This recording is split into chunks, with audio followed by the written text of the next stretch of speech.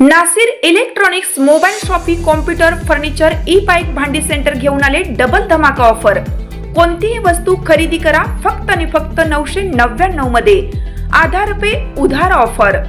बजाज फायनान्सच्या सुविधेसह 0% व्याज दरामध्ये ई बाईक वरती LED टीव्ही फ्री, मोबाईल खरेदीवरती home theatre free, LED TV वरती सोफा सेट फ्री, कोणत्याही फर्निचर वरती गॅस शेगडी फ्री, वॉशिंग मशीन आटा चक्कीवरती मिक्सर फ्री। एक्सचेंज ऑफर मध्ये जुनी बाईक घेऊन या, नवीन बाईक घेऊन जा। प्रत्येक बातमीतील घटनेच्या वास्तविकतेची तुलना थेट पाहत रहा चांगली अपडेट। विश्रामबाग येथील मुख्य चौकात रेल्वेच्या जागेच्या अनेक वर्षांपासून असलेली 67 अनधिकृत खोक्यांचे अतिक्रमण काढताना मनपा प्रशासन व खोकीधारकांमध्ये जोरदार वादावादी झाली।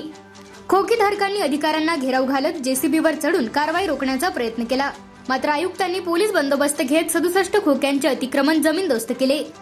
यामधील अनेक खोक्यांमध्ये चरस, गांजासह नशेखोरीचे साहित्य आढळून आल्याने खळबळ उडाली। सांगली मिरज रस्त्यावरील मुख्य विश्रामबाग चौकात रेल्वे विभागाच्या जागेवर सुमारे 67 अनधिकृत खोकी होती। अनेक वर्षांपासून ही खोकी बसली होती। या खोकीधारकांना मनपाचा व्यवसाय अथवा बांधकाम परवाना नाही, त्यामुळे महापालिकेच्या नगररचना विभागाने शनिवारी येथील सर्व खोकीधारकांना नोटिसा बजावत 24 तासात अनधिकृत खोकी काढून घेण्याच्या सूचना दिल्या होत्या, मात्र खोकीधारकांनी याकडे दुर्लक्ष केले। त्यामुळे सोमवारी अतिरिक्त आयुक्त राहुल रोकडे, उपायुक्त स्मृती पाटील, अश्विनी पाटील, अतिक्रमण निर्मूलन अधिकारी तथा सहाय्यक आयुक्त नागार्जुन मद्रासी आदी उपस्थित होते।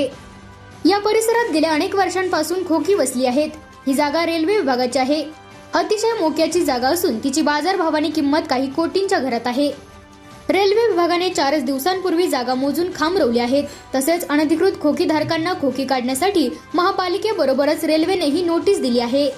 या परिसरातील अनधिकृत खोकी काढताना महापालिकेने रेल्वेची जुनी खोली वजा इमारत पाडली। याला मनसेचे जिल्हाध्यक्ष तानाजी सावंत यांनी जोरदार विरोध केला। ही इमारत वापरात नव्हती, त्यामुळे तेथे काही अवैध गोष्टी घडत असतील, पण ती वापरात आणून तिचे संवर्धन करणे आवश्यक होते। 100 वर्षापूर्वीची ही इमारत हेरिटेज म्हणून जतन करणे आवश्यक होते। येथील अनधिकृत खोक्यांवर कारवाई करण्यास आमचा पाठिंबा आहे, पण हेरिटेज इमारत पाडून महापालिकेने चूक केली असल्याचा आरोप मनसेचे जिल्हाध्यक्ष तानाजी सावंत यांनी केला।